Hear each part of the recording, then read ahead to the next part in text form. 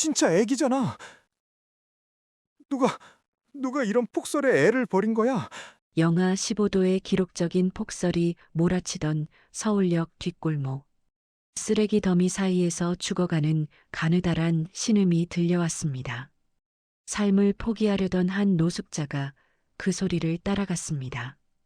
그의 앞엔 꽁꽁 얼어붙은 핏덩이가 놓여 있었죠.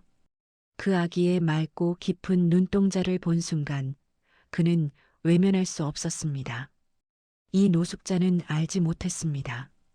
18년 뒤 이 아기의 정체가 밝혀지는 순간 피 한 방울 섞이지 않고도 아버지로 살아온 자신의 삶이 송두리째 뒤바뀐다는 것을요. 사연 시작 전 구독과 좋아요를 눌러주시고 어디서 듣고 계신지 댓글 남겨주시면 그곳으로 행운이 가득 깃들기를 바라겠습니다.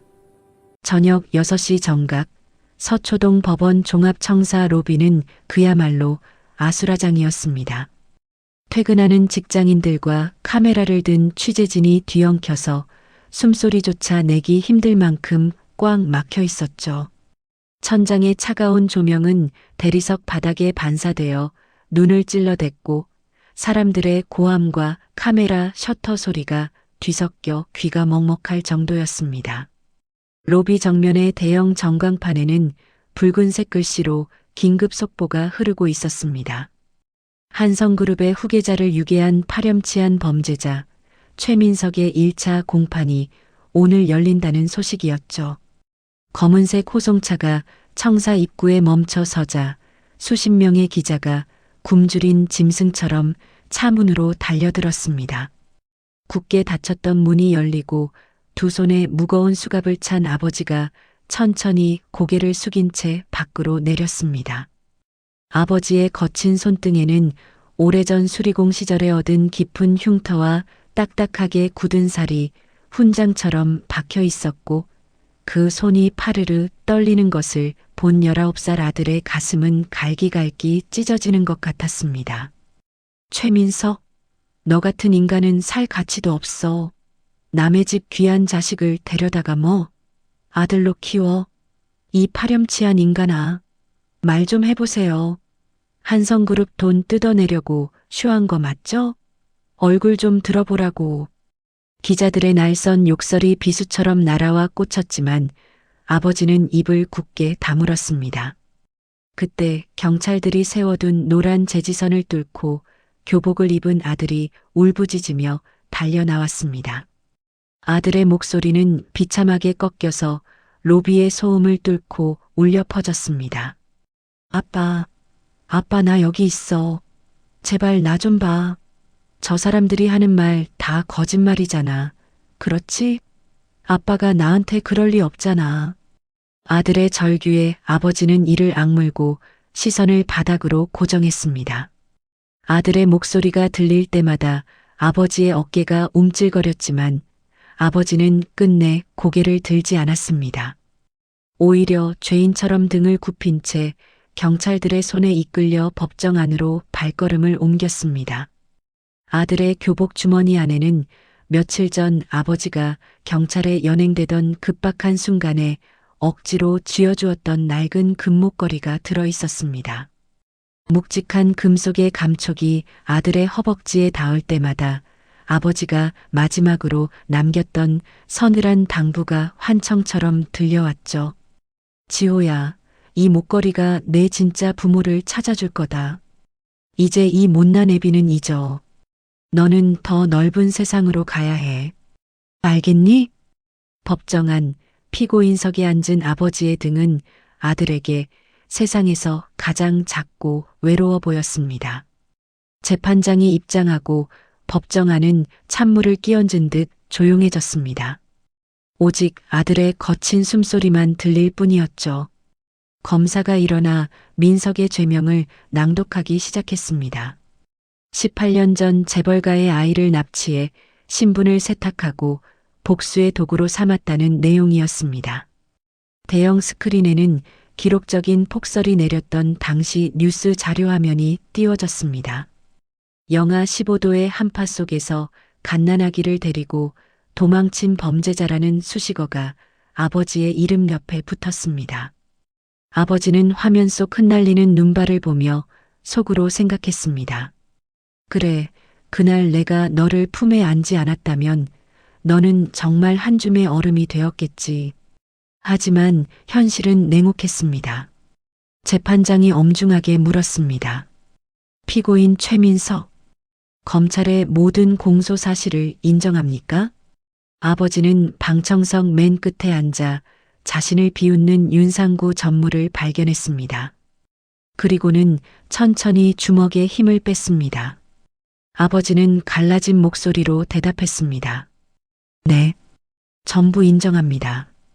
제가 아이를 훔쳤고 제 욕심으로 키웠습니다. 저 아이는 아무 죄가 없습니다. 거짓말이야. 아빠가 왜 나를 유괴해? 아빠 나를 보고 말해. 제발 아니라고 하라고. 아들의 절규가 법정 천장에 비참하게 울려 퍼졌지만 아버지는 끝내 뒤돌아보지 않았습니다. 아버지는 아들의 삶을 통째로 부정하며 스스로를 괴물로 만들고 있었습니다. 멀어지는 아버지의 호송차를 보며 아들은 차가운 빗속에서 주머니 속 목걸이를 꽉 움켜쥐었습니다. 손톱이 손바닥을 파고들어 피가 배어 나올 것 같았지만 아픔조차 느껴지지 않았습니다. 오직 차가운 대리석 위로 뚝뚝 떨어지는 눈물만이 아들의 참담한 심경을 대변하고 있었습니다. 1년 전 겨울 저녁 작은 수리점 밖은 한방눈이 소리 없이 내려앉아 온 세상을 하얗게 덮고 있었습니다. 법정의 차가운 공기와는 대조적으로 수리점 안은 난로 위에서 칙칙 소리를 내며 끓는 양은 주전자의 온기와 고소한 군고구마 냄새로 가득했죠. 18살 아들은 수리점 한쪽 구석에서 아버지가 고물상에서 공수해 온 최신형 노트북의 메인보드를 현미경으로 정밀 분석하고 있었습니다. 핀셋을 든 아들의 손끝 동작은 마치 정교한 수술을 집도하는 외과 의사처럼 섬세하고 단호했습니다.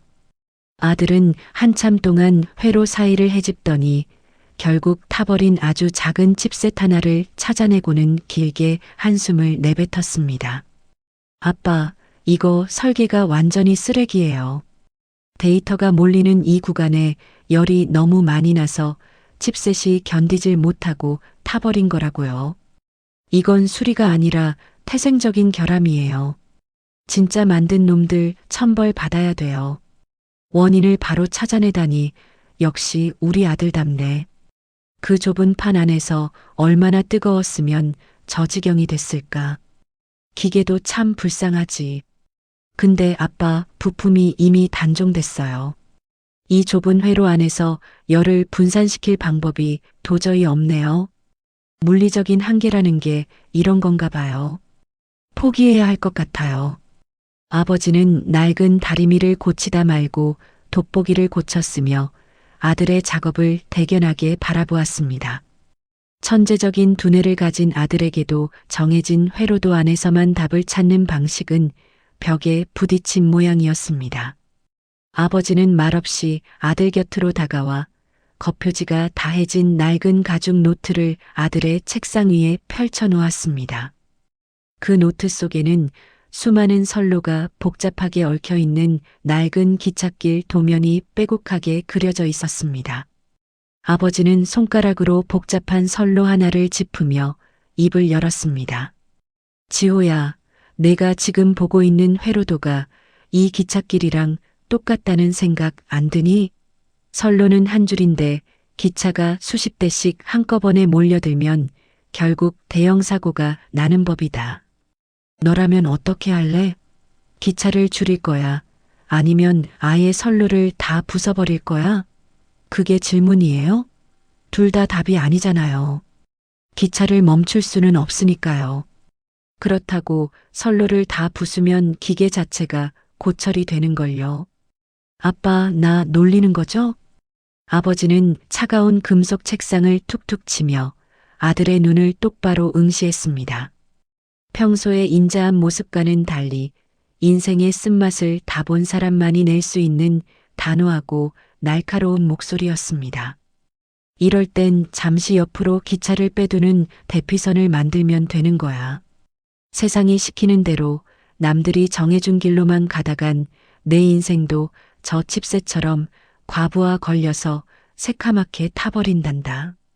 멍청하게 앞만 보고 달리지 마라. 잠시 옆으로 돌아서 숨고를 자리를 만들어주면 기계든 사람이든 다시 살 길이 열리는 법이지. 우회로를 만드는 걸 두려워하지 마라. 그게 기술이고 그게 인생이다. 아들의 눈동자가 순식간에 커지더니 머릿속에서 번개가 친 듯 영감이 스쳐 지나갔습니다. 아들은 곧바로 인하인두를 들고 거침없이 회로를 수정하기 시작했습니다. 타버린 칩셋을 통과하는 정석적인 방식이 아니라 뒷면에 보조 회로를 타고 신호가 돌아서 가게 만드는 아빠만의 우회 로직을 물리적으로 구현한 것이죠. 잠시 후 전원을 켜자 어둡던 노트북 화면이 환하게 밝아지며 정상 작동을 시작했습니다. 됐다. 아빠, 이거 진짜 미쳤어요.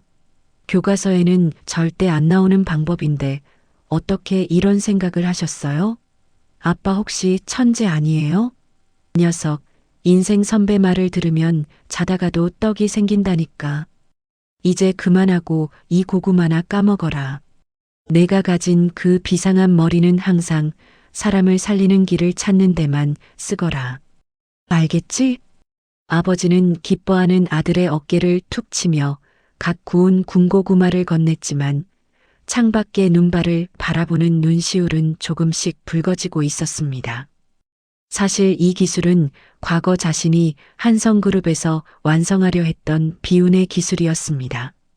수리점 라디오에서는 18년 전 기록적인 폭설이 내렸던 날을 회상하는 멘트가 흘러나왔고 아버지는 그날 자신이 선택했던 인생의 거대한 대피선을 떠올렸습니다. 아들이라는 우회로가 없었다면 자신의 인생은 이미 오래전 재가 되어 사라졌을 것임을 누구보다 잘 알고 있었기 때문입니다. 아들은 아빠의 속도 모른 채 따뜻한 고구마를 입에 넣으며 환하게 웃고 있었습니다. 아들의 웃음소리가 눈 내리는 수리점의 정적을 따뜻하게 채우고 있었습니다. 작은 수리점의 낡은 라디오에서는 지직거리는 잡음과 함께 아나운서의 담담한 목소리가 흘러나왔습니다. 18년 전 오늘 기록적인 폭설로 서울 전체가 마비되었던 날을 기억하시느냐는 질문이었죠. 회로판을 만지던 아버지의 손끝이 눈에 띄게 파르르 떨렸습니다.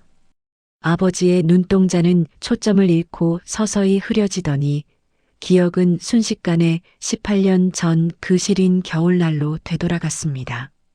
배신을 당해 억울하게 감옥에 다녀오고 그 충격으로 부모님마저 세상을 떠나신 뒤 아버지는 삶의 의지를 잃은 채 서울역 뒷골목을 떠돌던 노숙자였습니다. 눈앞이 보이지 않을 정도로 휘몰아치는 눈보라 속에서 아버지는 차가운 바닥에 뺨을 대고 이제 그만 끝내고 싶다고 생각하며 눈을 감으려 했었죠. 그래, 이렇게 끝나는구나. 차라리 잘 됐어. 더 이상 아플 일도 없겠지. 그렇게 죽음을 기다리던 찰나 매서운 칼바람 소리를 뚫고 가느다란 신음소리가 들려왔습니다. 처음에는 길고양이의 울음소리인 줄 알았지만 그것은 분명 힘이 다해가는 갓난아기의 비명이었습니다. 아버지는 본능적으로 몸을 일으켜 쓰레기 더미 쪽으로 기어갔습니다. 젖은 폐지 상자와 비닐봉지 사이에서 얇은 수건 한 장에 쌓인 핏덩이가 보였습니다. 아기의 피부는 이미 파랗게 질려 있었고 그 작은 입술은 떨림조차 멈춘 채 얼어붙어 가고 있었죠. 아버지는 떨리는 손으로 아기를 안아 자신의 남루한 코트 속 유일하게 온기가 남은 가슴팍으로 밀어 넣었습니다. 살아야 한다. 너라도 살아야 해. 제발 눈 좀 떠봐, 아가.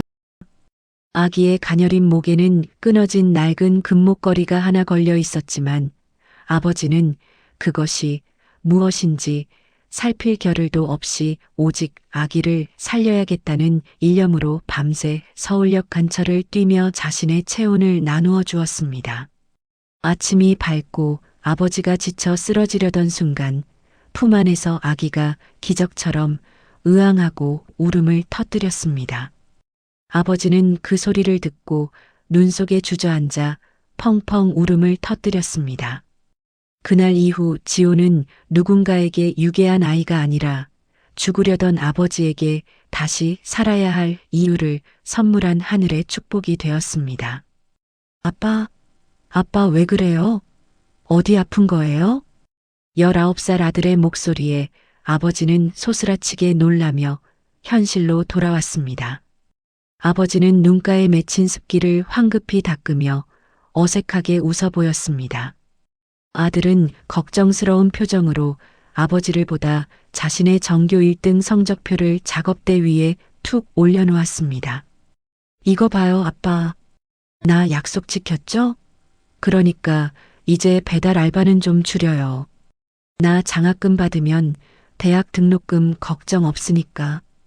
허허, 우리 아들 정말 대단하네. 역시 내 아들이야. 고맙다, 지호야.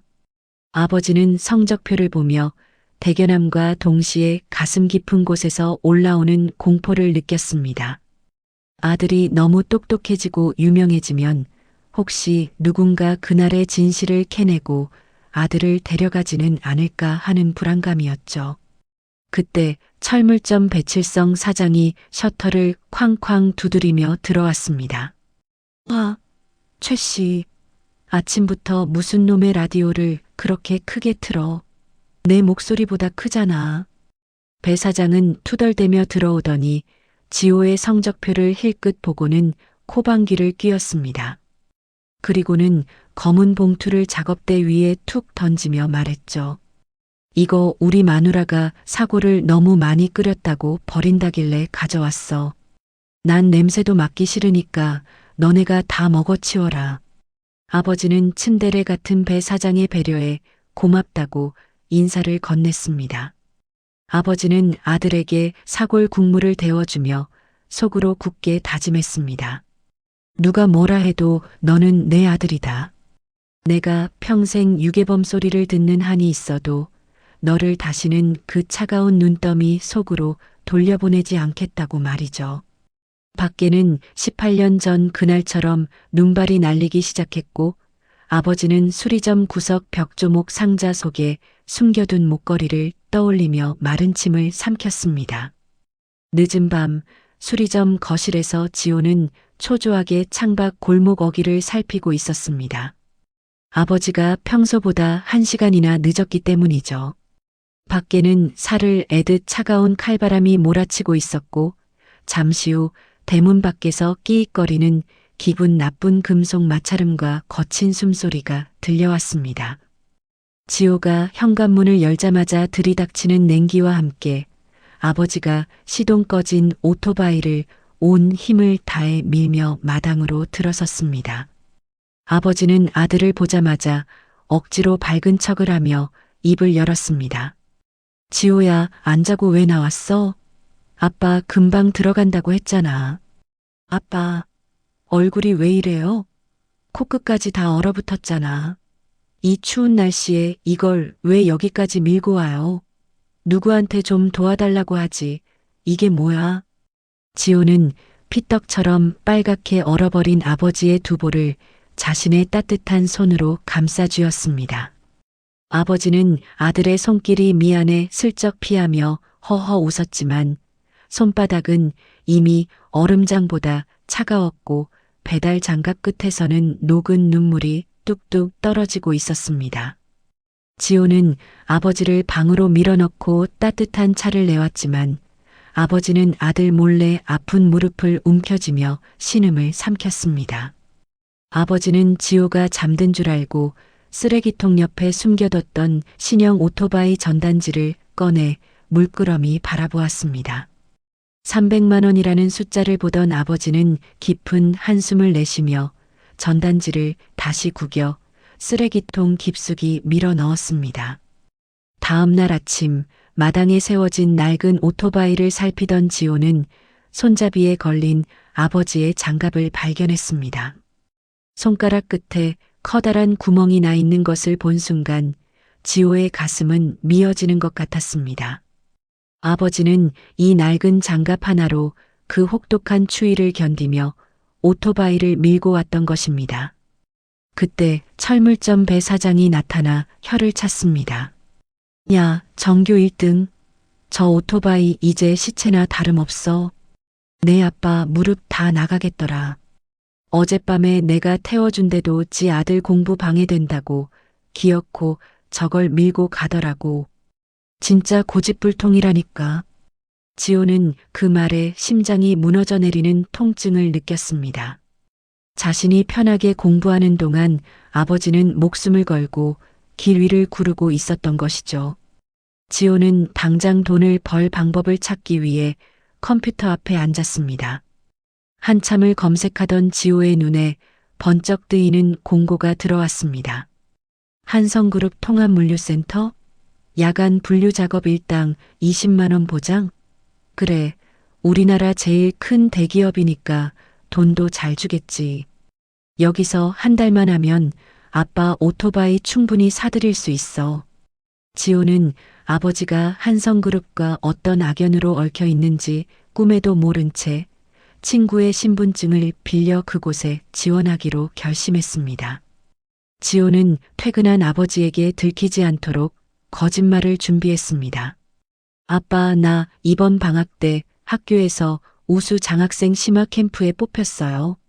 밤늦게까지 공부해야 해서 전용 셔틀버스 타고 다닐 거니까 걱정 마세요. 장학금도 더 나온대요.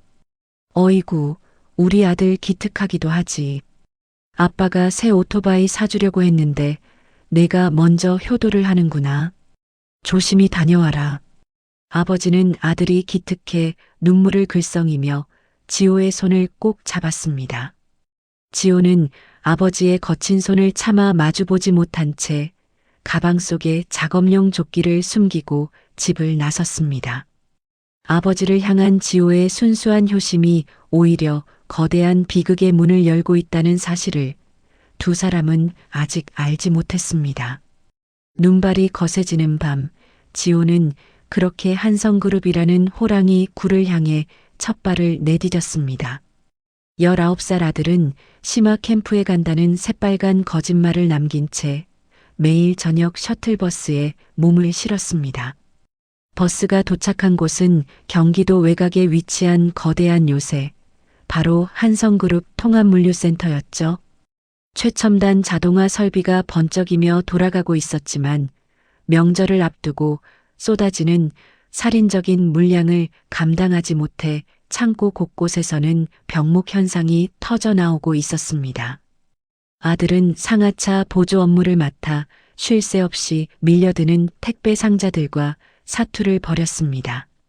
먼지와 땀으로 범벅이 된 교복 위로 투박한 작업 조끼가 걸쳐졌고 아들의 고운 손등에는 금세 자잘한 상처들이 들어앉았습니다. 현장 관리자들은 시스템 오류로 멈춰서는 컨베이어 벨트를 향해 입에 담지 못할 욕설을 내뱉었고 직원들은 꼬여버린 물량 흐름 속에서 비명을 지르며 고군분투하고 있었죠. 아들은 분류 작업을 하던 중 거대한 메인 시스템의 흐름을 물끄러미 바라보았습니다. 저기요, 아저씨. 저쪽 선로가 훨씬 좁은데 왜 자꾸 물량을 저기로만 밀어넣는 거예요? 저러면 당연히 터지죠. 야, 이 피덩이 같은 놈아. 시끄럽고 박스나 날라. 내가 뭘 안다고 입을 놀려. 당장 안 움직여. 관리자의 고함에 아들은 입을 다물었지만 천재적인 두뇌는 이미 아버지가 가르쳐준 기찻길 선로 로직을 가동하고 있었습니다. 시스템의 비효율적인 구간이 엑스레이를 찍듯 아들의 눈앞에 선명하게 그려졌죠. 아버지가 말한 대로 데이터 값을 옆으로 0.5초만 빼주면 흐름이 뻥 뚫릴 텐데 아들은 근질거리는 손을 주머니 속에 깊숙이 쑤셔 넣었습니다. 기계 만지는 놈은 절대 튀어서는 안 된다던 아버지의 당부가 귓가를 때렸기 때문입니다.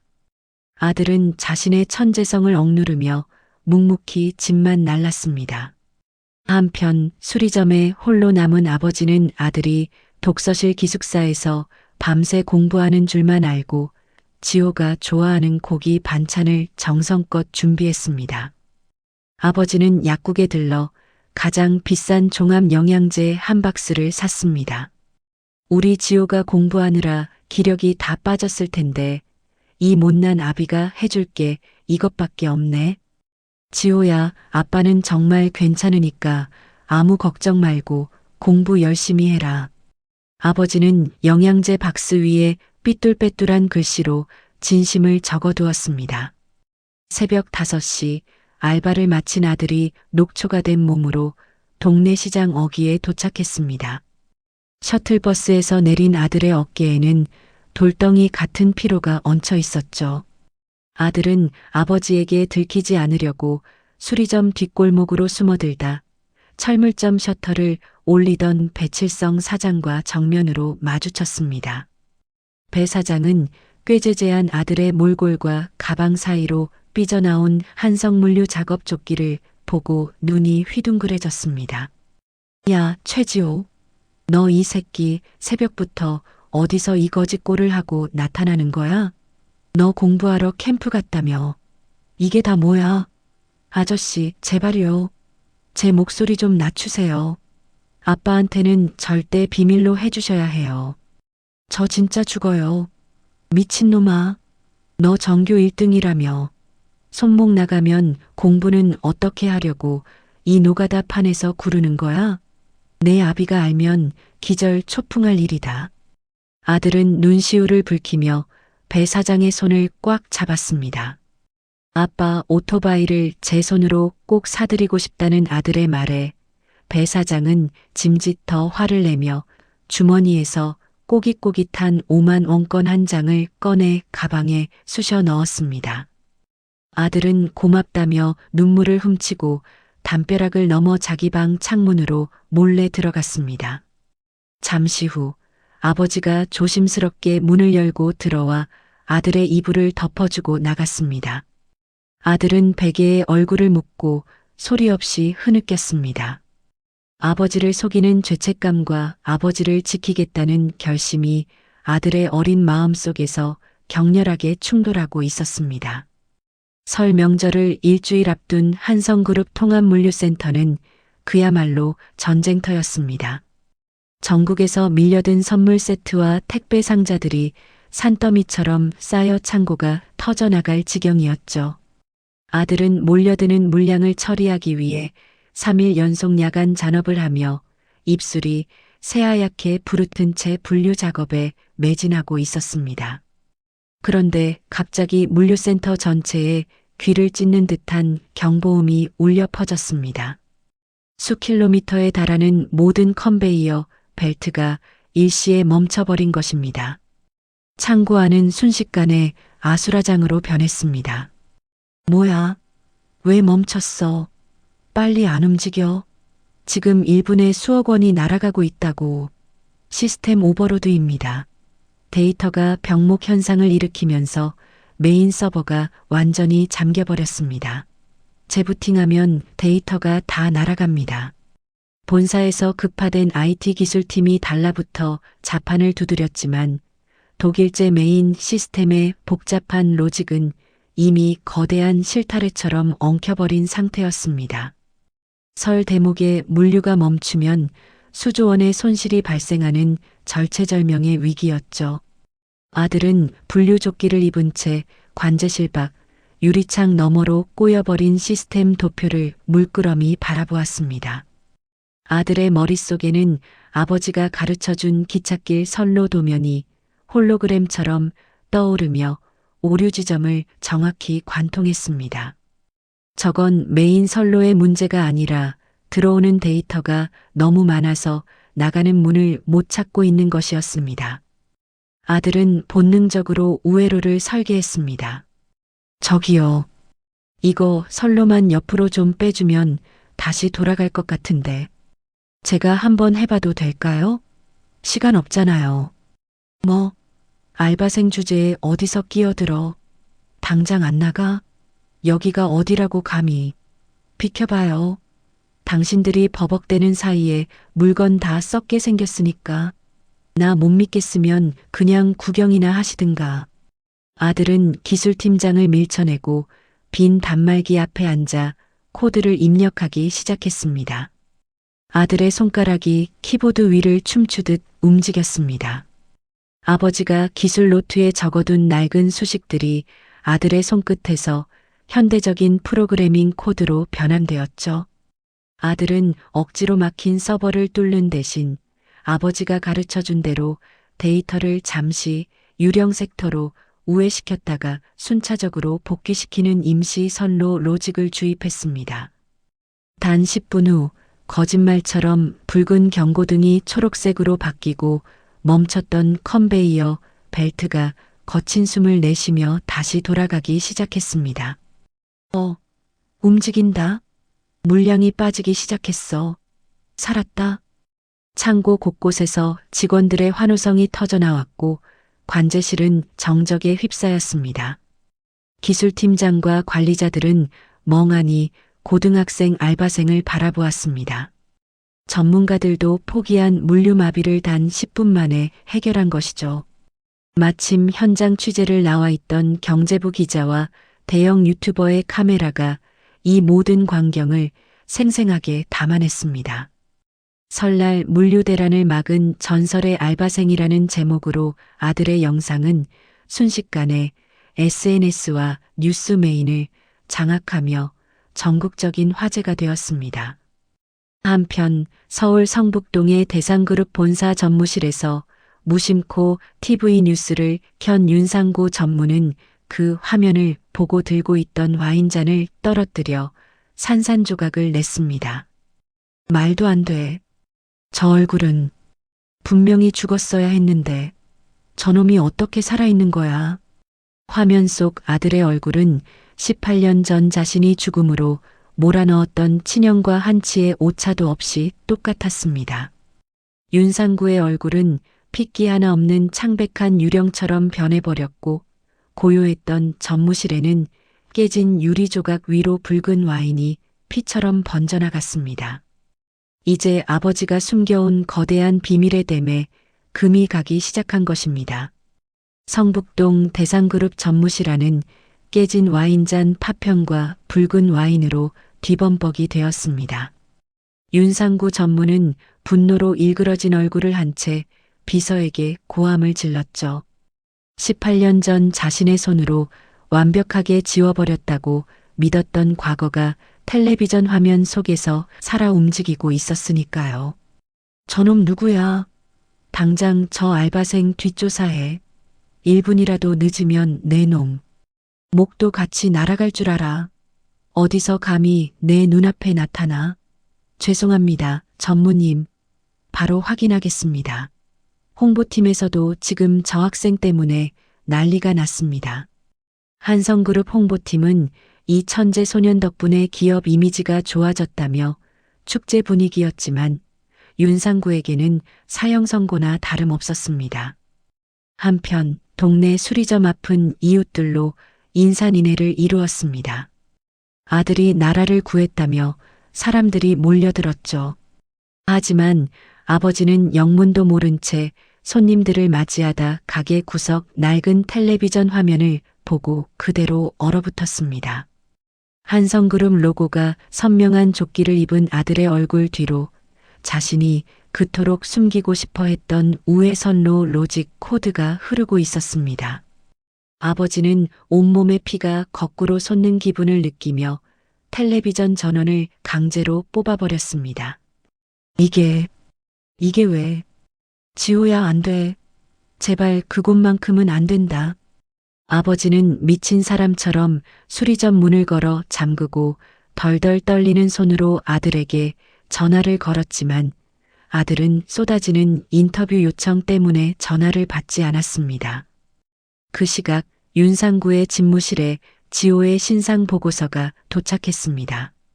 이름 최지호, 19살, 아버지는 최민석이라는 이름의 가전수리공.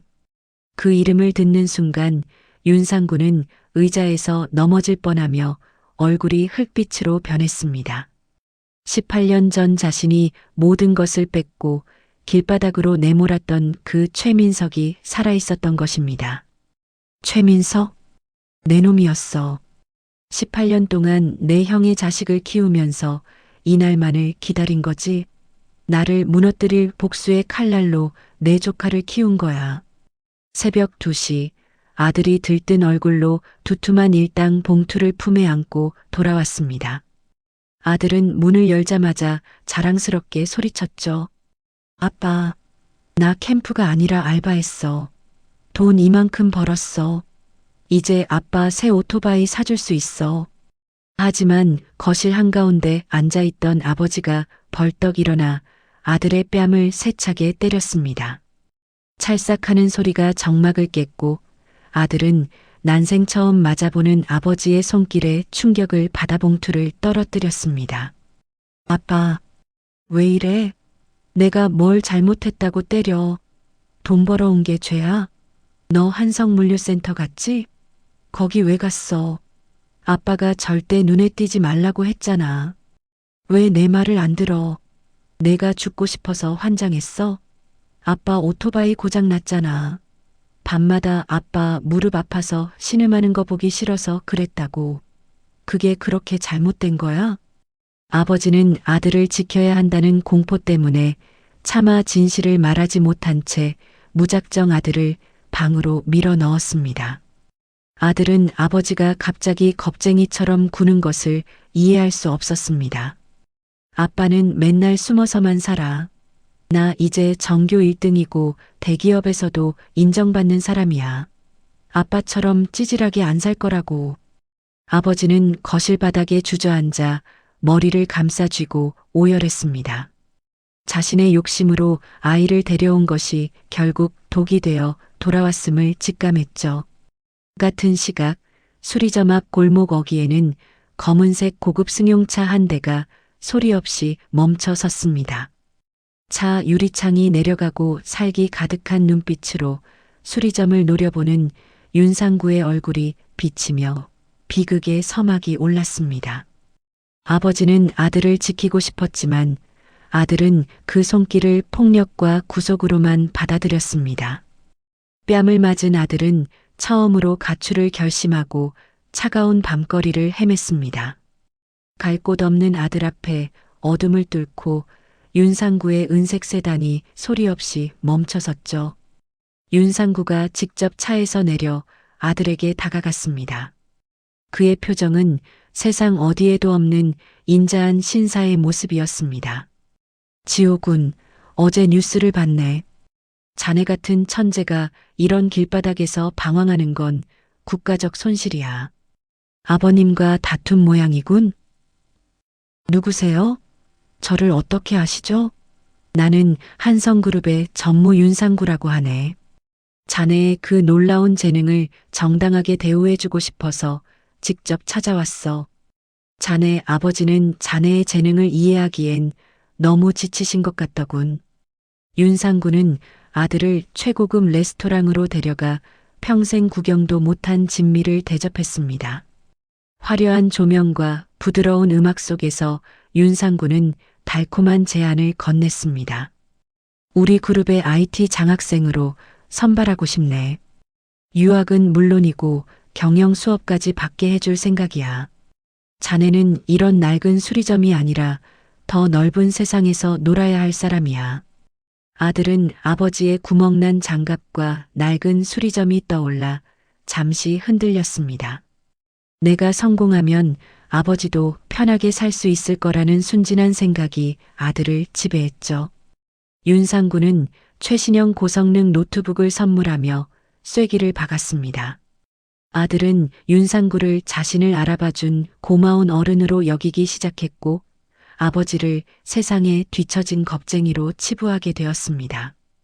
다음 날 아들이 선물 받은 노트북을 숨기고 집으로 돌아왔을 때 아버지는 밤새 아들을 찾아다니느라 눈이 충혈된 채 마당에서 기다리고 있었습니다. 지호야, 어디 갔었어? 아빠가 얼마나 걱정했는지 알아? 이리 와서 손 좀 보자. 이거 나 이제 아빠가 하지 말라는 거 다 할 거야. 아빠보다 100번, 1000번 나은 분이 나 도와준대. 한성그룹 전무님이 나 장학생 시켜준대. 아버지는 온몸을 부르르 떨며 소리쳤습니다. 그놈이 주는 건 다 독이야. 너 죽는 꼴 보기 싫으면 당장 돌려줘. 그 인간은 악마라고. 아빠는 그냥 질투하는 거잖아. 내가 잘 되는 게 무서운 거지. 평생 고물이나 고치면서 사니까 내가 성공하는 꼴을 못 보는 거잖아. 아들의 독설에 아버지의 가슴에는 대못이 박혔습니다. 이때 옆집 배칠성 사장이 들어오다 이 광경을 목격했습니다. 배 사장은 아들의 가방 속 노트북 상자를 보고 혀를 찼습니다. 야, 최지호. 저런 놈들이 주는 건 꿀물 같아도 속은 양수물이야. 정신 차려 이놈아. 아저씨도 상관 마세요. 다들 왜 이래요? 내가 내 인생 살겠다는데. 아들은 아버지를 밀치고 방으로 들어가 문을 잠가버렸습니다. 아버지는 배 사장 앞에서 무너져 내리며 통곡했습니다. 칠성 씨, 저 인간이 내 아들까지 뺏어가려 한다며 오열하는 아버지의 모습은 처참했습니다. 며칠 뒤 아들은 학교도 빠지고 윤상구가 마련해준 개인 연구실에서 시간을 보냈습니다. 윤상구는 아들에게 죽은 친형의 사진을 보여주며 거짓말을 늘어놓았습니다. 자네가 내 죽은 형님과 참 닮았다며 아들의 마음을 완벽하게 훔쳤죠. 아들이 한성그룹 본사 로비를 당당하게 걷는 모습과 수리점 골목에서 비를 맞으며 아들을 기다리는 아버지의 초라한 뒷모습이 교차하며 비극의 농도는 짙어만 갔습니다. 노을이 핏빛처럼 붉게 타오르던 저녁이었습니다. 평화롭던 수리점 골목에 거대한 검은색 세단 세대가 굉음을 내며 위압적으로 들어섰죠. 타이어가 바닥을 긁는 날카로운 소리에 놀란 이웃들이 창문을 열고 고개를 내밀었고 마당에서 회로를 만지던 아버지는 등줄기에 흐르는 서늘한 한기를 느끼며 수리 도구를 내려놓았습니다. 가장 앞선 차의 문이 열리고 거만한 걸음걸이로 윤상구 전무가 마당에 발을 들였습니다. 아버지는 본능적으로 방 안에서 공부하던 아들이 나오지 못하게 방문 앞을 온몸으로 막아섰습니다. 오랜만이네, 최민석? 18년 만인가? 아직도 이런 쓰레기 고철 더미 속에서 쥐새끼처럼 구질구질하게 살고 있었나? 여긴 왜 왔어? 당신 같은 인간이 올 곳 아니니까 당장 여기서 나가. 우리 지호 근처에는 얼씬도 하지 마. 우리 지호? 정말 가소롭군. 최민석, 내가 감히 누구 애를 내 자식이라고 부르는지 알고나 떠드는 거야? 주제 파악 좀 하고 살지 그랬어. 윤상구는 비릿한 비웃음을 흘리며 마당에 놓인 아들의 낡은 운동화를 명품 구두 끝으로 잔인하게 지지 눌렀습니다. 아버지는 박 노인이 점지해준 내 아들이라며 소리를 질렀지만 윤상구는 광기 어린 폭소를 터뜨렸습니다. 그는 품 안에서 유전자 검사 결과지와 18년 전 실종 기사가 실린 신문을 꺼내 아버지의 얼굴에 거칠게 던져버렸습니다.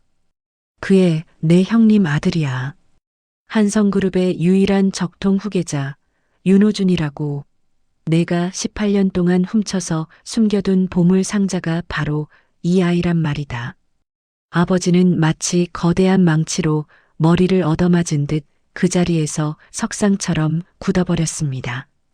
18년 전 그 시린 눈더미 속에서 목숨을 걸고 구했던 핏덩이가 자신의 인생을 낱낱이 파괴했던 원수 윤상구의 조카였다니요. 아버지는 내면이 완전히 붕괴되는 처참한 고통을 느꼈습니다.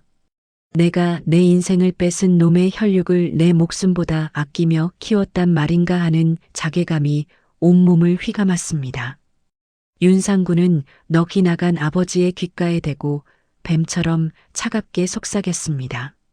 넌 이제 영락없는 유괴범이야. 국가적인 후계자를 신고도 안 하고 18년이나 가뒀으니 평생 차가운 감옥에서 썩어 문드러져야지. 안 그래? 그때 소란을 듣고 아들이 방문을 벌컥 열고 나왔습니다. 아들은 마당에 서 있는 윤상구를 보고는 반갑게 인사를 건넸죠. 아저씨가 여기 웬일이냐는 아들의 해맑은 목소리에 아버지는 미친 사람처럼 아들을 뒤로 밀쳐내며 윤상구 앞에 무릎을 꿇었습니다. 상구야, 제발. 지호는 아무것도 몰라. 지호는 죄가 없단 말이야. 내가 다 잘못했다. 내가 시키는 대로 다 할 테니까 우리 지호만큼은 건드리지 마라. 제발 부탁이다. 평생 자부심 하나로 버텨온 아버지가 원수 같은 남자 앞에서 머리를 조아리며 비는 모습에 아들은 거대한 충격과 배신감을 느꼈습니다. 윤상구는 무릎 꿇은 아버지의 어깨를 구두로 툭툭 치며 아들을 향해 잔인하게 미소 지었습니다. 지호야, 똑똑히 봐라. 이게 내가 믿던 아빠라는 놈의 진짜 모습이야.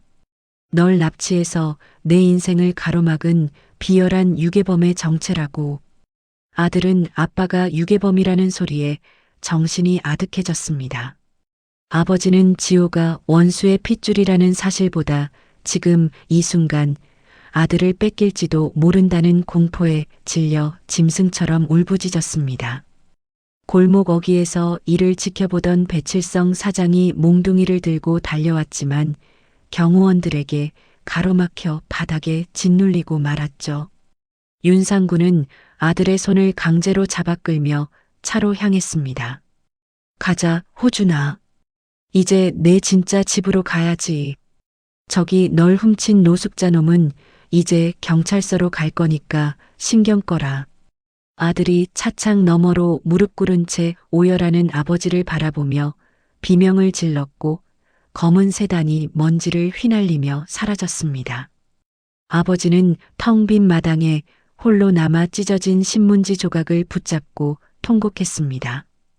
윤상구는 비열하게 웃으며 휴대폰을 꺼내 일일이 경찰에 신고했습니다. 서울역 노숙자 출신 유괴범이 여기 있다며 소리치는 그의 목소리는 승리감에 도취되어 있었죠. 아버지는 경찰이 온다는 소리에 사색이 되었지만 윤상구에게 대항하는 대신 아들의 손을 잡고 급히 수리점 안쪽 방으로 들어갔습니다. 아들은 아버지의 거친 숨소리와 바들바들 떨리는 손을 느끼며 극도의 혼란에 빠졌습니다. 아빠, 진짜야? 저 사람 말이 사실이냐고. 나를 진짜로 훔친 거야? 나한테 거짓말한 거야? 지호야, 시간이 없다. 내 말 똑똑히 들어라. 나중에 다 설명해 줄 테니까 일단 이 상자부터 봐라. 아버지는 구석에 숨겨두었던 낡은 벽조목 상자를 꺼냈습니다. 18년 동안 단 한 번도 아들에게 보여주지 않았던 비밀의 상자였죠. 아버지는 떨리는 손으로 상자를 열어 빛바랜 아기 베네 저고리와 끊어진 낡은 금목걸이를 꺼냈습니다. 멀리서 경찰차의 사이렌 소리가 골목 어귀를 파고들며 압박해 오고 있었습니다. 아버지는 목걸이를 아들의 주머니에 강제로 찔러 넣으며 아들의 눈을 똑바로 응시했습니다. 지호야, 이 목걸이. 내가 처음 내 품에 왔을 때 하고 있던 거다. 내 진짜 부모님을 찾을 수 있는 유일한 증거니까 목숨처럼 지켜야 해. 알겠니? 싫어. 이런 거 하나도 필요 없어. 아빠가 내 아빠잖아. 제발 아니라고 한마디만 해줘, 아빠. 이제 이 못난 아비는 잊어버려라. 너는 원래 있어야 할 저 화려한 곳으로 가서 살아. 그게 내 운명이다. 미안하다, 지호야. 정말 미안하다. 수리점 마당으로 경찰들이 들이닥쳤고 윤상구는 기세등등하게 아버지를 손가락질했습니다. 저자가 18년 동안 아이를 신분 세탁해서 가둬둔 극악무도한 유괴범이라며 고함을 쳤죠.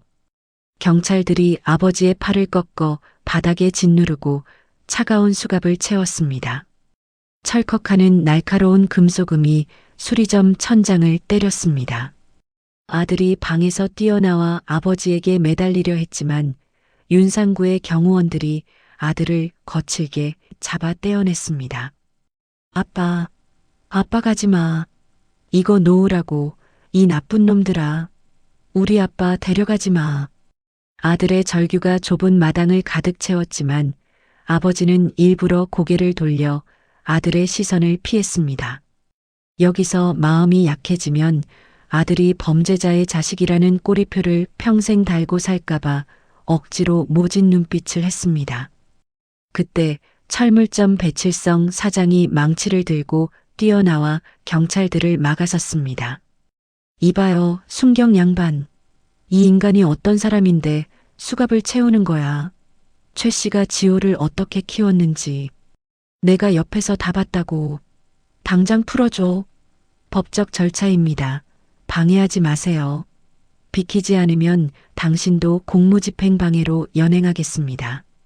경찰은 배 사장을 거칠게 밀쳐냈고 배 사장은 바닥에 구르면서도 아버지의 이름을 부르며 통곡했습니다. 윤상구는 아들의 어깨를 감싸쥐며 승리의 미소를 지었습니다.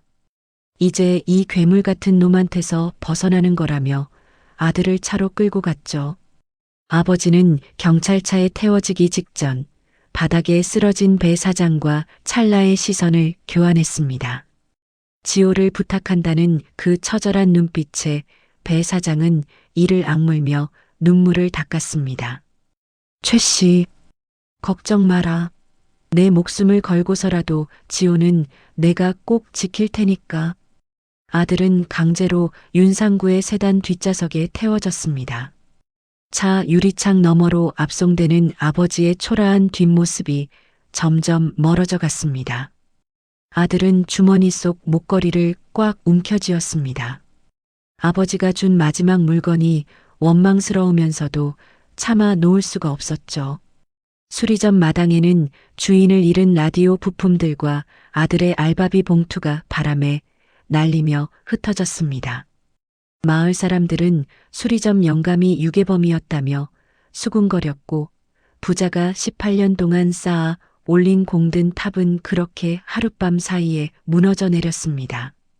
취조실의 차가운 조명 아래 앉은 아버지와 화려한 저택으로 향하는 아들의 슬픈 눈이 대조를 이루며 비극적인 밤이 깊어갔습니다.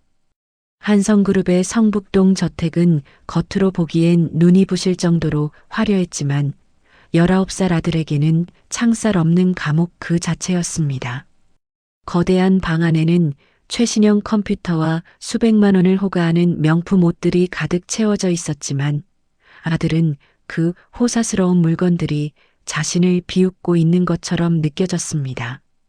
아들은 침대 끝에 앉아 멍하니 창밖의 높은 담벼락만 응시했습니다.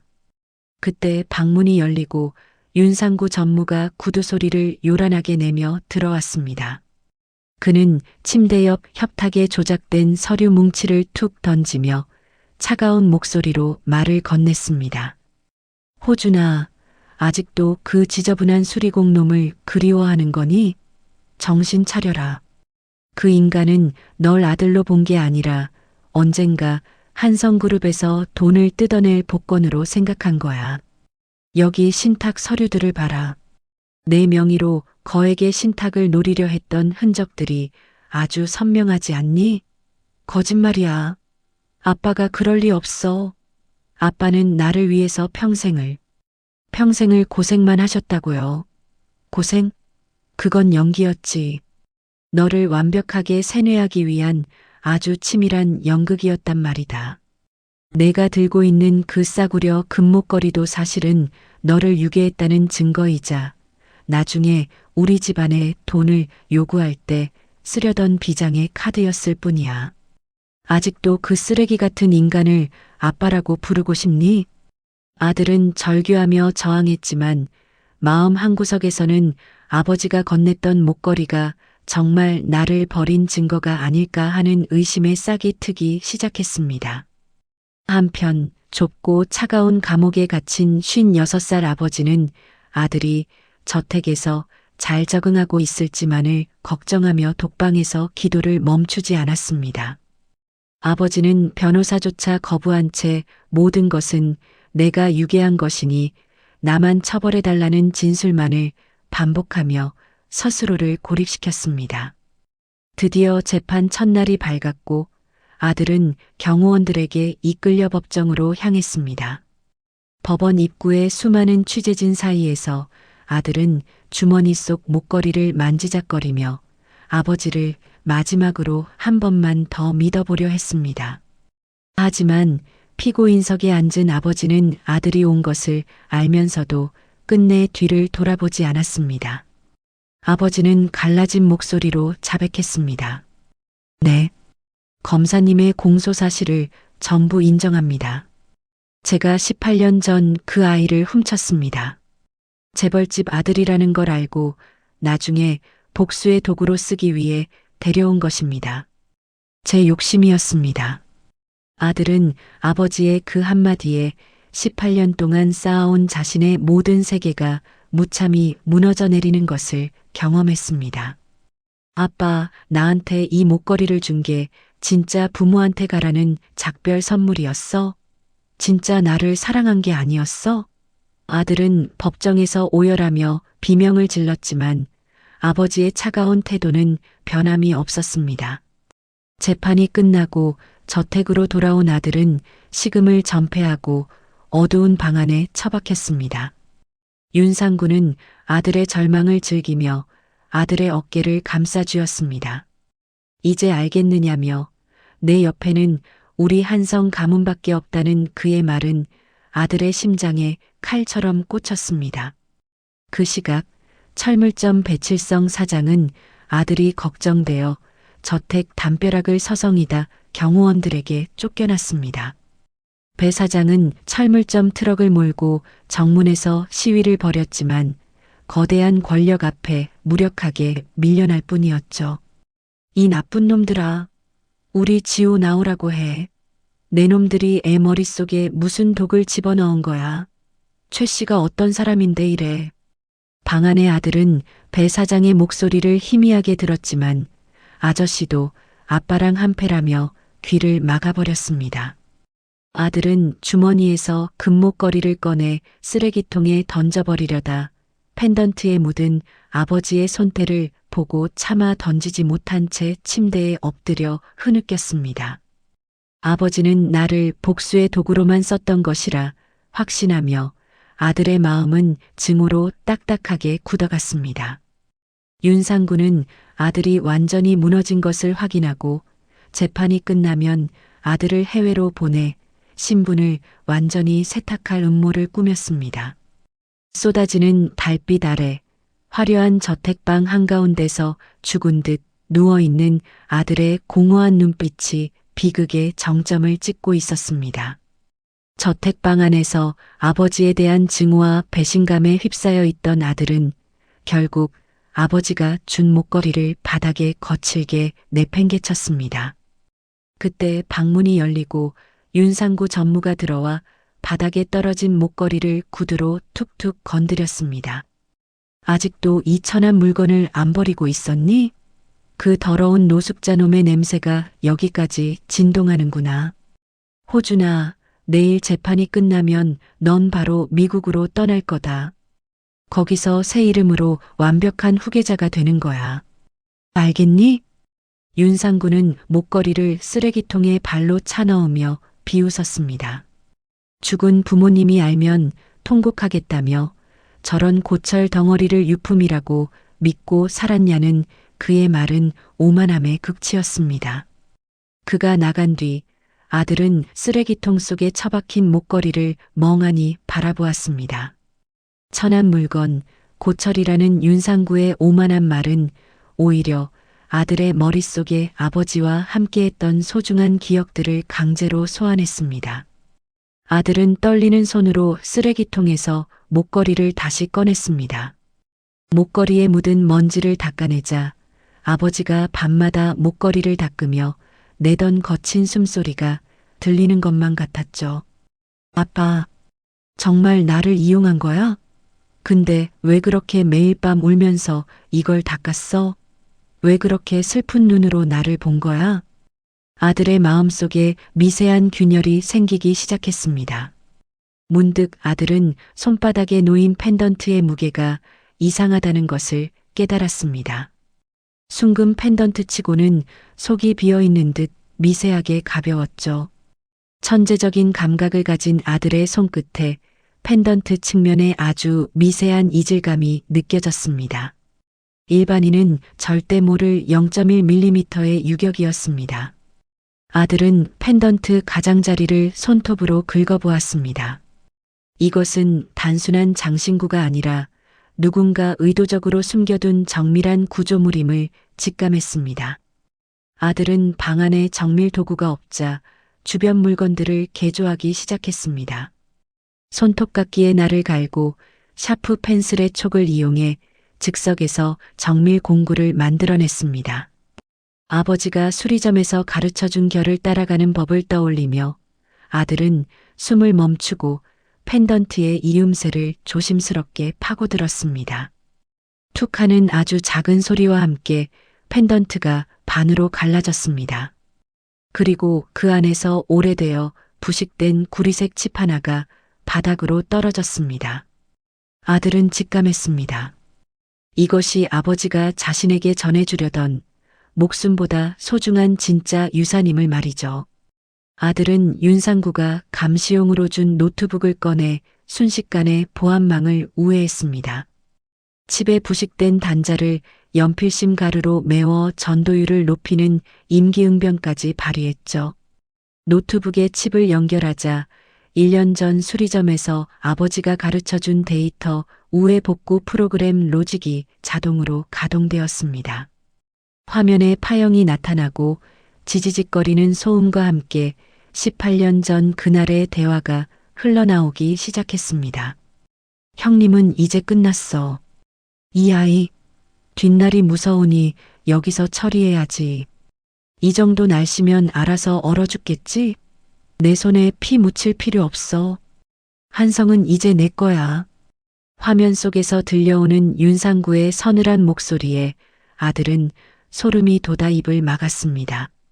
아버지는 유괴범이 아니라 죽음의 문턱에서 자신을 건져 올린 생명의 은인이었습니다. 아버지가 재판장에서 왜 돈 때문에 훔쳤다고 거짓 자백을 했는지 모든 퍼즐이 맞춰졌습니다. 윤상구의 살인 마수로부터 아들을 완벽하게 보호하기 위해 아버지는 스스로를 괴물로 만들었던 것입니다. 아빠, 미안해. 내가 그것도 모르고 아빠를 원망했어. 나를 살리려고 그렇게까지 한 거였어? 아들은 아버지의 낡은 장갑을 가슴에 품고 피눈물을 흘렸습니다. 하지만 슬픔은 이내 차가운 분노로 변했습니다. 아들은 눈물을 닦으며 노트북 건반을 다시 두드리기 시작했습니다. 이제 아들의 손끝에서 만들어지는 것은 단순한 코드가 아니라 윤상구를 향한 거대한 복수의 칼날이었습니다. 아들의 눈빛은 이제 어제의 나약한 소년이 아니었습니다. 윤상구를 지옥으로 보낼 가장 완벽한 로직을 설계하며 아들의 밤은 그렇게 깊어갔습니다.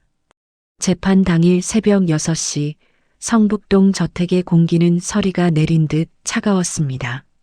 아들은 방 한가운데 서서 아버지가 남겨준 낡은 금목걸이를 손바닥이 하얘지도록 꽉 움켜쥐었습니다.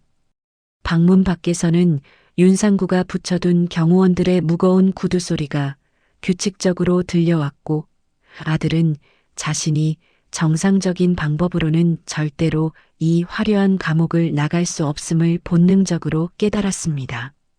그때 어젯밤 저택 관리인이 나누던 대화가 뇌리를 스쳤습니다. 오늘 아침 일찍 재활용 쓰레기를 정문 앞 수거함에 내놓아야 한다는 그 사소한 정보가 아들에게는 유일한 탈출의 우회로가 되었습니다. 아들은 침대 이불 속에 베개와 인형을 쑤셔 넣어 마치 누군가 깊이 잠들어 있는 것처럼 형상을 만들고는 방 안의 불을 모두 껐습니다. 그리고 방 한 구석에 놓인 커다란 플라스틱 수거함 속으로 자신의 몸을 거칠게 구겨 넣었습니다. 아침 7시 관리인이 문을 살짝 열고 침대를 확인하더니 어두운 방 안의 그림자를 보고 안심하며 수거함을 끌고 나갔습니다. 좁고 답답한 수거함 속에서 아들은 덜컹거리는 진동과 퀴퀴한 냄새를 온몸으로 견뎌야 했습니다.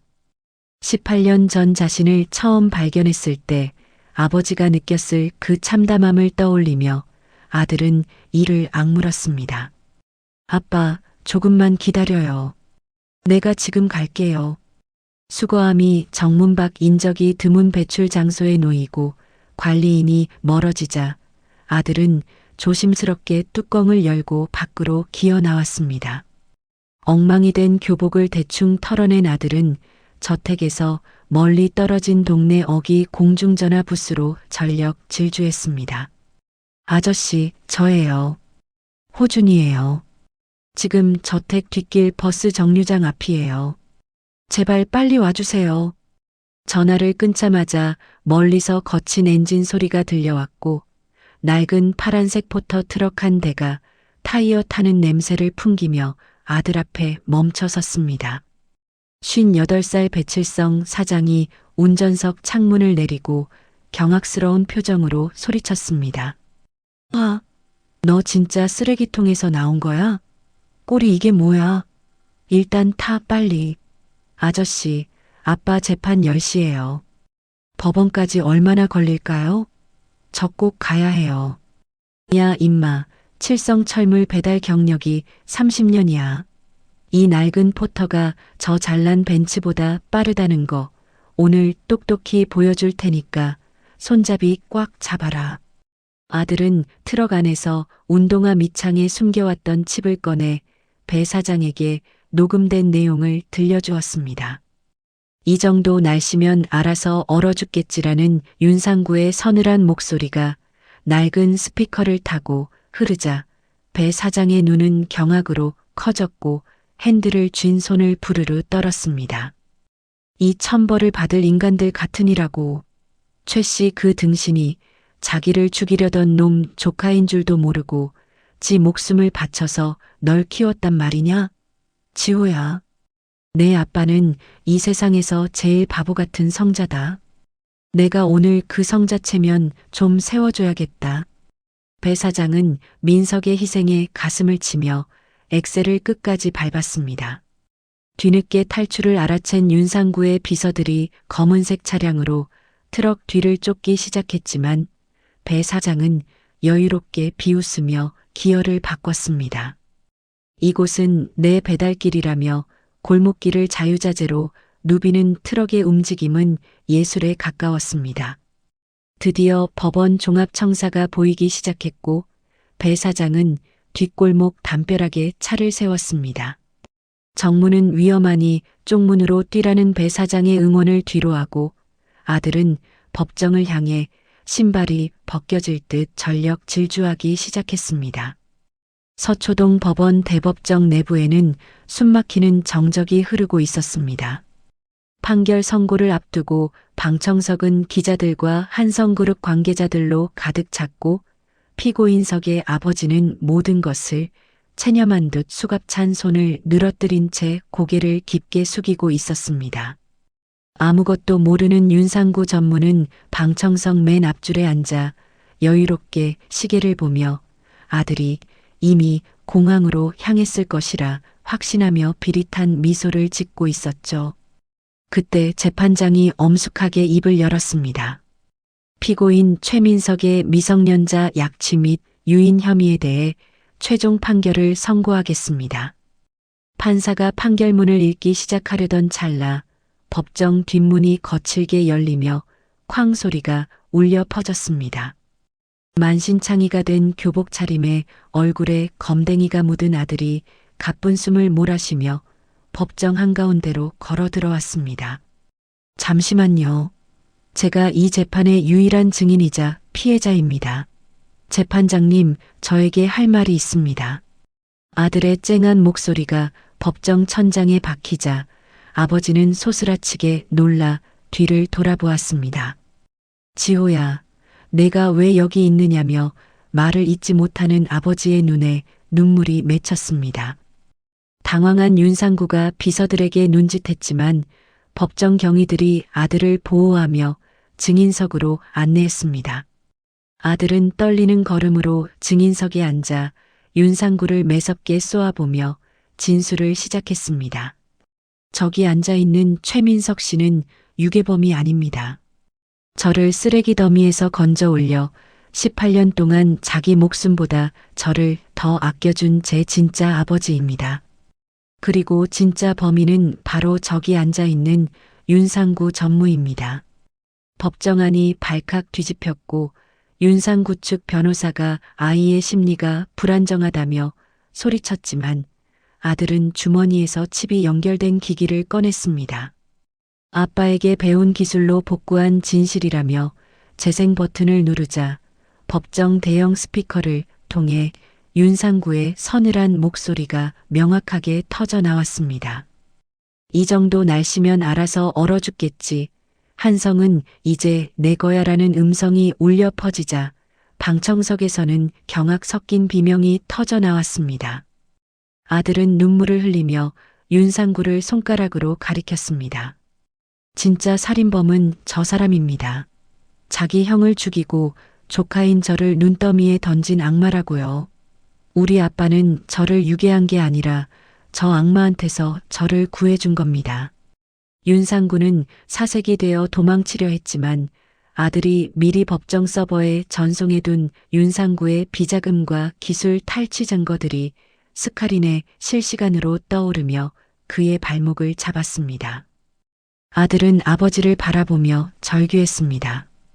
왜 바보같이 다 뒤집었었느냐며 아빠가 나를 살려준 걸 내가 다 아는데 왜 그랬느냐는 아들의 외침에 아버지는 참았던 울음을 터뜨리며 바닥에 무너져 내렸습니다.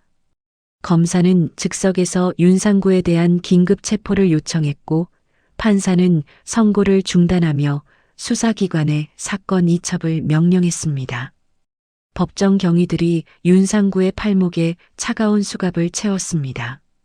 윤상구는 이건 조작이라며 발악했지만 이미 모든 이가 그에게 등을 돌린 뒤였습니다. 아버지의 수갑이 풀리자 아들은 증인석에서 뛰어내려와 아버지의 품으로 달려갔습니다.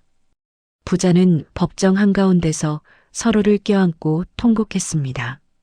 18년 동안 억눌렸던 가난의 서름과 서로에 대한 미안함이 뜨거운 눈물에 씻겨 내려갔습니다.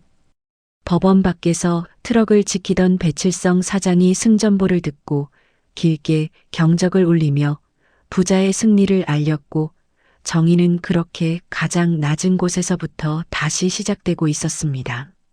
재판으로부터 다시 20년이라는 긴 세월이 흐른 화창한 봄날 오후였습니다. 경기도 외곽의 깊은 숲속에 자리 잡은 패스파인더 기술연구소의 정원은 따스한 햇살을 받아 금빛으로 반짝이고 있었죠. 유리 벽면이 찬란하게 빛나는 최첨단 연구소 건물들 사이로 아버지와 아들이 수리점 시절의 투박한 정취를 잊지 않기 위해 직접 가꾼 작은 돌잠길과 나무 벤치가 정겹게 놓여 있었습니다. 벤치 옆에는 햇살을 받아 은은하게 은빛 광택을 내뿜는 대형 커스텀 오토바이 한 대가 위험 있게 서 있었습니다. 이제는 기력이 다해 직접 타는 사람은 없었지만 매일 아침 아버지가 정성껏 닦아낸 덕분에 먼지 하나 없이 빛나는 부자의 소중한 기념비였습니다. 이제는 나이가 들어 76살이 된 아버지는 백발이 성성한 모습으로 벤치에 앉아 있었습니다. 아버지의 무릎 위에는 40년 전에 그 손때 묻고 해진 가죽 노트가 소중하게 올려져 있었고 아버지는 조용히 눈을 감은 채 봄바람을 느끼고 있었죠. 아버지의 손등에는 깊은 주름과 굵은 마디가 훈장처럼 박혀 세월의 풍파를 증명하고 있었지만 그 손끝에서 느껴지는 평온함은 40년 전 서울역 노숙자 시절과는 비교할 수 없는 존엄함과 평화가 깃들어 있었습니다. 그때 연구소 본관에서 중년의 기품과 듬직함이 느껴지는 39살 아들이 회의를 마치고 아버지를 찾아 정원으로 걸어 나왔습니다. 아빠, 여기서 또 예전 설계도 보고 계셨어요? 바람이 아직 찬데 안으로 들어가시지 않고요. 허허, 그냥 좋다.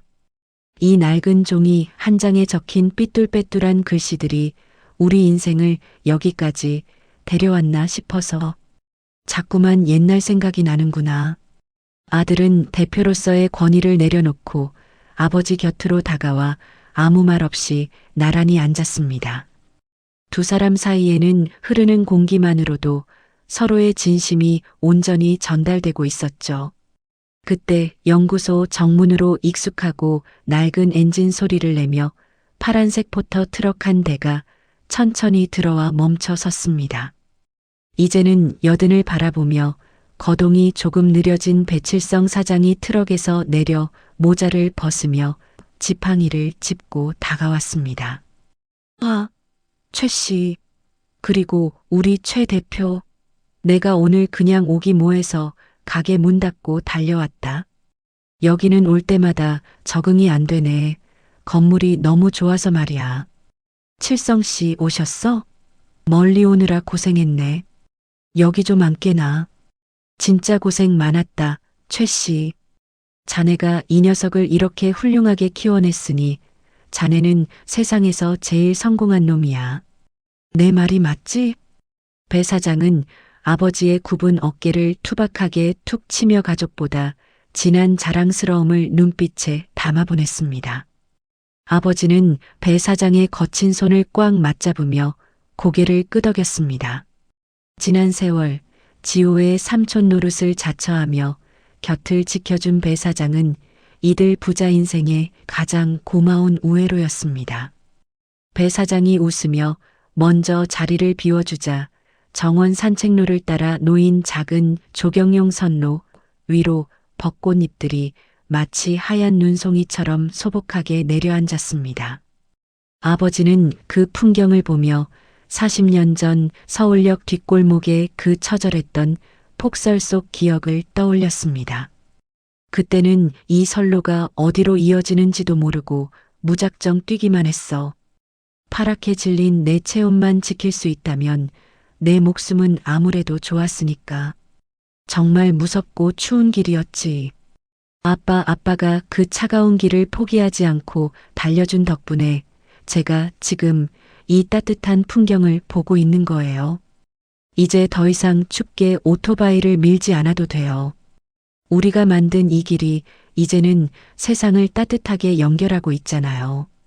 아들은 아버지의 거친 손을 자신의 두 손으로 꼭 감싸쥐었습니다. 아버지는 아들의 손등을 어루만지며 평생 참아왔던 진심을 나직하게 고백했습니다. 사람들은 내가 너를 쓰레기 더미에서 건졌다고들 말하지. 하지만 지호야, 사실은 그 차가운 눈더미 속에서 내가 내 얼어붙은 심장을 건져 올린 거였어. 내가 아니었다면 아빠는 진작에 그 눈 속에서 멈췄을 게다. 내 아들이 되어줘서 정말 고맙구나. 멀리서 들려오는 기차의 희망찬 경적 소리가 부자의 지난 세월을 위로하듯 웅장하고 평화롭게 울려 퍼졌습니다. 지는 노을을 등지고 벤치에 나란히 앉아 서로를 바라보며 활짝 웃는 세 사람의 뒷모습은 세상에서 가장 아름다운 종착역에 도착해 있었습니다. 진심은 어떤 막다른 길에서도 가장 아름다운 종착역을 만든다는 진리를 온몸으로 증명하며 부자의 선로는 영원히 따뜻한 봄날로 이어지고 있었습니다. 가슴 벅찬 부자의 이야기가 팍팍한 삶에 지친 여러분께 따뜻한 밥 한 끼 같은 위로가 되었기를 소망합니다. 앞으로도 여러분의 눈물을 닦아주고 지친 마음을 녹여줄 이야기로 늘 곁을 지키겠습니다. 구독과 좋아요로 마음을 보태주시고 서로의 온기가 되어줄 따뜻한 댓글도 기다리겠습니다. 오늘 하루도 묵묵히 삶을 버텨낸 당신을 진심으로 존경하고 응원합니다. 시청해주셔서 감사합니다.